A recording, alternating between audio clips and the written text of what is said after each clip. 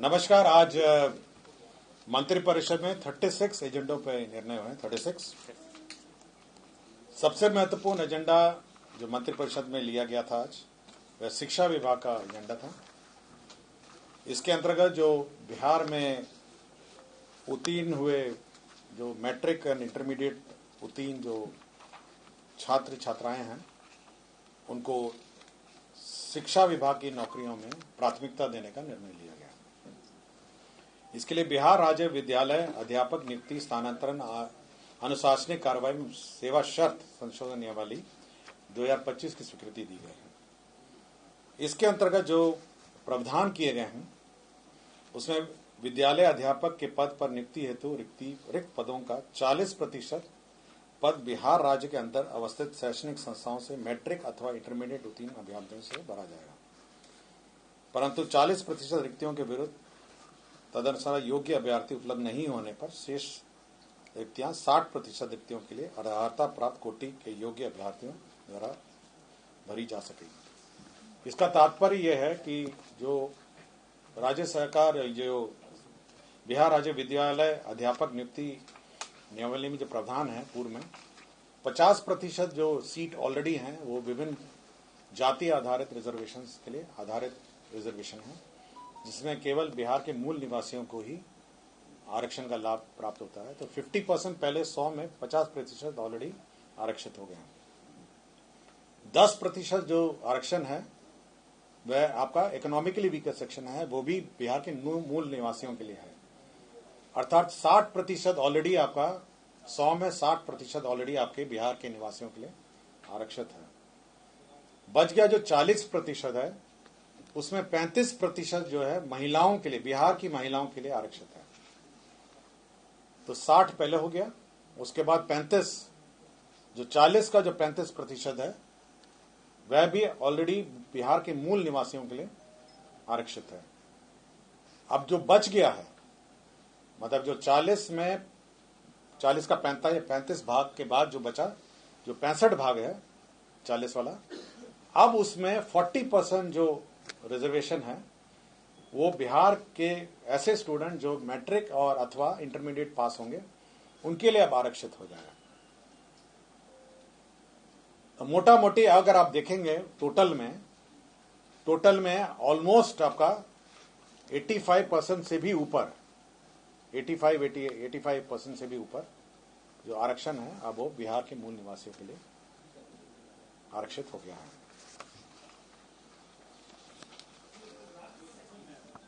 कौन सा? हाँ, कैलकुलेशन आपको समझ में आ गया? देखिए आपका 50% ऑलरेडी आरक्षित हो गया, वो तो मूल निवासी का हो गया।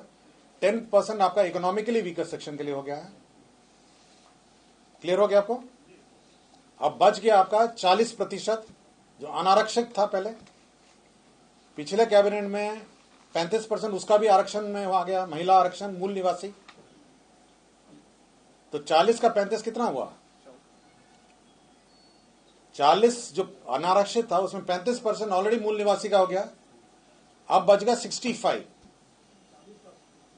अब उस 65 का 40% ऑलरेडी आप इस प्रावधान के अनुसार अगर वो मैट्रिक और इंटरमीडिएट पास होंगे तभी वो एलिजिबल होंगे। अब बहुत ही छोटी सी संख्या है जो अब पूरे सूची में अब अनारक्षित रहेगी। ये कोई भी बोर्ड होगा, बिहार के कोई भी बोर्ड, आईसीएसई हो सकता है, सीबीएसई हो सकता है, बिहार की शैक्षणिक संस्थाओं में जिन्होंने पास किया हो उन्हीं के लिए। और ये 40% बिल्कुल वर्टिकल है सभी कैटेगरी में।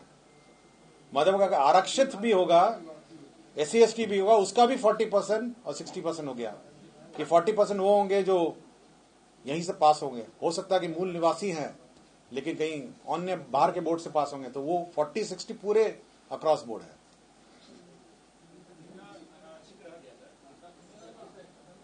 % रह गया मोटा मोटी। 40% आपका अनारक्षित हुआ। 40% अनारक्षित में 35% ऑलरेडी महिलाओं का आरक्षण हो गया ना, और वो मूल निवासी वाला आरक्षण। बच गया 65। अब उस 65 का 40% आपका आरक्षण हो गया।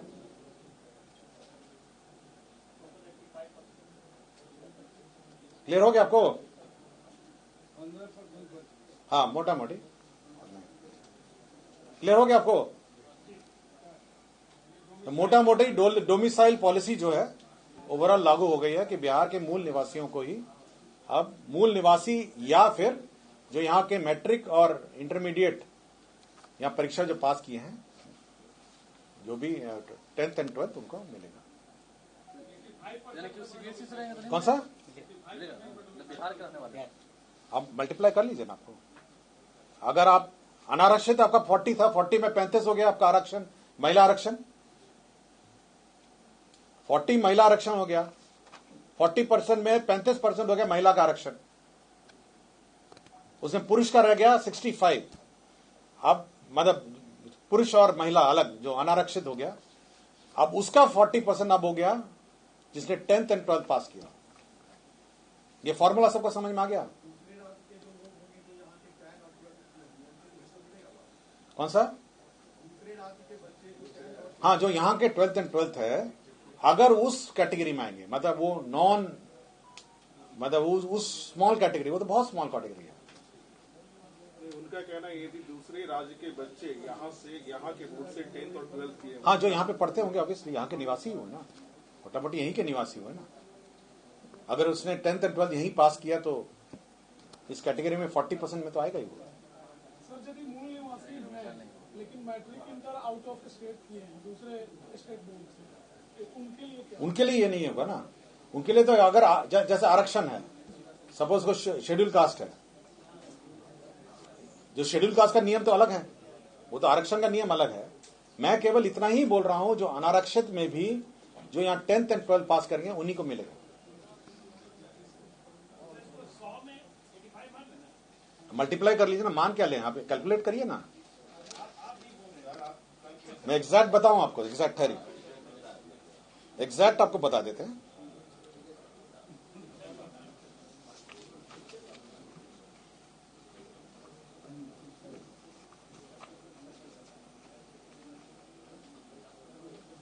ये टोटली केवल 15.6% होगा जो बिहार के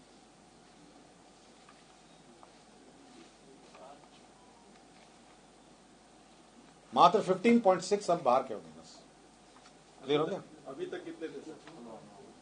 हाँ, अभी तक कितने थे?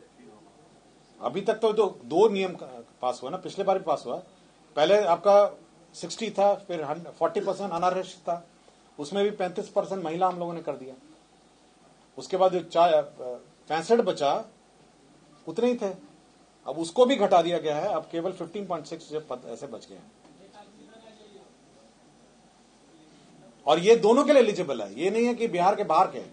जो बाकी अनारक्षित बच गए 15.6, उसमें सब कंपीट करेंगे, बिहार के निवासी भी कंपीट करेंगे और बिहार के बाहर की भी। मतलब ये नहीं है कि मतलब 15.6 में भी, और मोटा मोटी अगर आप समझ लें कि अगर 10% बाहर के आते होंगे तो 15.6 का भी 10% आप समझ लीजिए, तो 1.5% 2% आपका मतलब बाहर के लोग होंगे और बाकी बिहार के लोग होंगे। मतलब आपका 98%, 95, 98% बिहार के लोग होंगे। क्लियर हो गया आपका? मतलब 15.6 जो है वो टोटल अनारक्षित है। अगर उसमें भी आप 80-10 या 80-20 या 90-10 करेंगे तो मोटा मोटी आपके जो बिहार के जो निवासी हैं उनके लिए मोटा मोटी वो होंगे 98% बिहार के लोग होंगे जो क्वालिफाइड, 2% बाहर का कोई होगा। क्लियर हो गया आपको? स्पष्ट हो गया ना? मतलब 2% होगा। क्लियर हुआ आपको? अब इसमें कोई डाउट है? मतलब जो टोटल अनारक्षित है वो 15.6 है, जिसमें फिर बिहार के और बाहर के लोग कंपीट करेंगे। हाँ, दोनों शामिल होंगे। और यूजुअली जो ट्रेंड देखा गया है, अगर 10% भी बाहर का होगा तो 15.6 में 1.5% बाहर के लोग होंगे और बाकी लोग यहां के होंगे। तो आपके अगर 1.5% होगा तो आपका हो गया 98.5 बिहार के लोग होंगे। तो ऑलमोस्ट आपका 100% हो गया, 98.5। क्लियर हो गया? तो 98.5 आपके बिहार के निवासी होंगे। क्लियर हो गया आपको? किसी को इस एजेंडा पे पूछना है कुछ? सर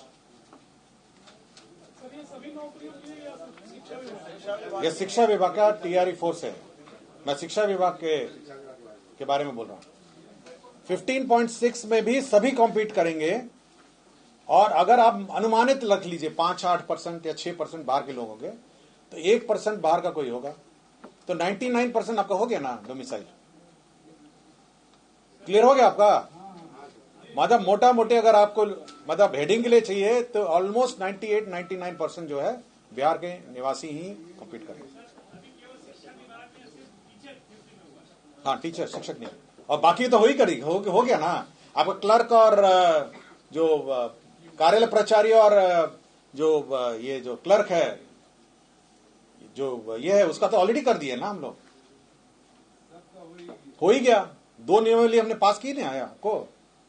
कार्यालय प्राचार्य जो अनुकंपा और ये सब का था वो तो ऑलरेडी 100% हो गया, और जो विद्यालय में जो क्लर्क्स हैं उसका भी 100%। अब तो शिक्षा भी ये भी हो गया 99% मोटा मोटी।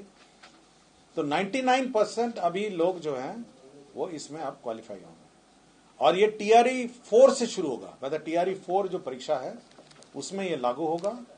और पूर्व में माननीय मुख्यमंत्री जी ने ऑलरेडी घोषणा की है कि टीआरई 5 अगले साल 2026 में होगा, और 2026 में टीआरई 5 होने के पूर्व एसटीईटी की जो परीक्षा है वो होगी। इसलिए वैकेंसी जो है हम टीआरई 4 और टीआरई 5 का बांट के हम लोग, जितनी ओवरऑल वैकेंसी है वो 2 परीक्षाओं में बांट के हम लोग रखेंगे।